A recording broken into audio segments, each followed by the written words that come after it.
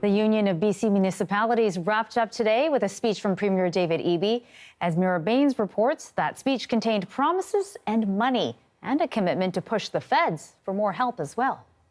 And it's Friday. Puts me in mind of my favorite saying, TGIF. Thank God it's federal.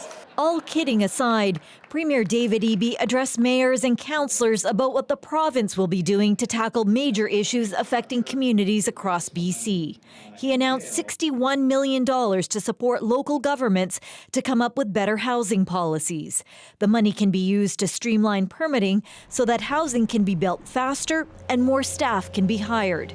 We have important legislation that's coming in the fall around zoning in our province, allowing additional density that is going to require you and your councils and your staff to do extra work.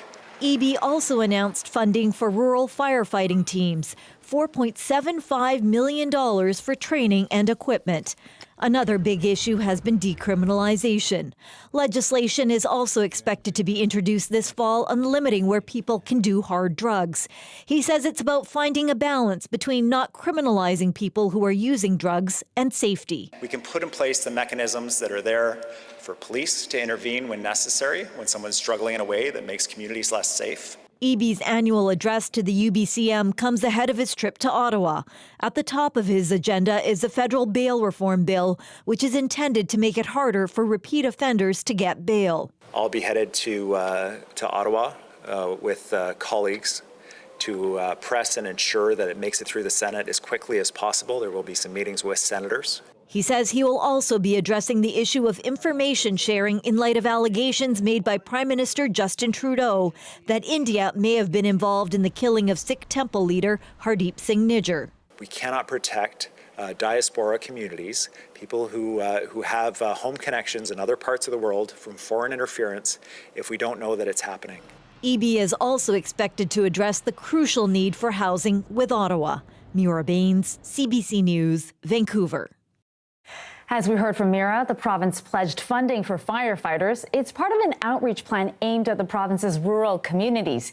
Our municipal affairs reporter Justin McElroy was there at UBCM and joins us for more on this. So Justin, connecting with rural communities, why was that such a focus for the BC government? Yeah, well, this week was the Union of B.C. Municipalities Convention. It's where they can see all rural communities in one fell swoop, meet with all of the mayors, meet with all of the councillors, hear all of their concerns, and try and meet them. So they gave reporters the 60-page brochure on their rural community strategy. It included, as you said, that funding for firefighters. They also announced $20 million for a program that transports people in rural communities to places with hospitals when they have complex medical procedures and then have to stay in those communities for weeks, sometimes months afterwards. And the Premier, in his address to delegates at the end of this convention, tried to make it clear that he understood their concerns.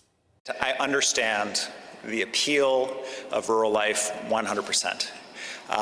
It was absolutely, so I'm not going to pretend to be anything other than a guy who lives in Vancouver, right? I grew up in a suburban area. I don't know rural life like many people in this room. But what I do know, and what I've heard from you many times, and what our government knows, and what every member of our caucus who's from a rural community reinforces for me all the time, is that government needs to have a lens on programs to understand that implementation and programs play out differently in rural communities, that rural communities need different supports. Now, electorally, of course, the NDP's strength is on Vancouver Island and in big cities, rural communities beyond hope, not where they get a lot of votes, but the Premier trying to say that he understands their concerns and tried to address them a little bit today. Right. And it's not just that brochure, all the flags on stage, too, right? No, very important, obviously. Of course. So, Justin, you know, you've been there all week at the convention. What's the tone been like between the province and the municipalities? It's been interesting. Some years this convention is fairly spiky. There's a lot of concerns, and mayors and councillors want to make sure that the province hears them. But this time around, you know, two things. The first is that it's the first UBCM after local elections last year. So about half the mayors and councillors are new. They're getting to know their jobs. They have priorities priorities and lobbying where they think they can get the province to listen to them under their new governments. But this was the first UBCM for David Eby as well. And so everyone, there's a little bit of a honeymoon period, a little bit of a feeling out period with an election just a year away, an opportunity to try and make things nice on either sides. So certainly a calmer week in some respects, but also one where a lot of issues that communities now have heard from the province on. The question is, what will the province do on so many of these issues that they heard about in the weeks and months to come? We're going to have to wait for that legislation. All right, and I'm sure you will be watching all of it. Thanks for that. Justin McElroy reporting for us.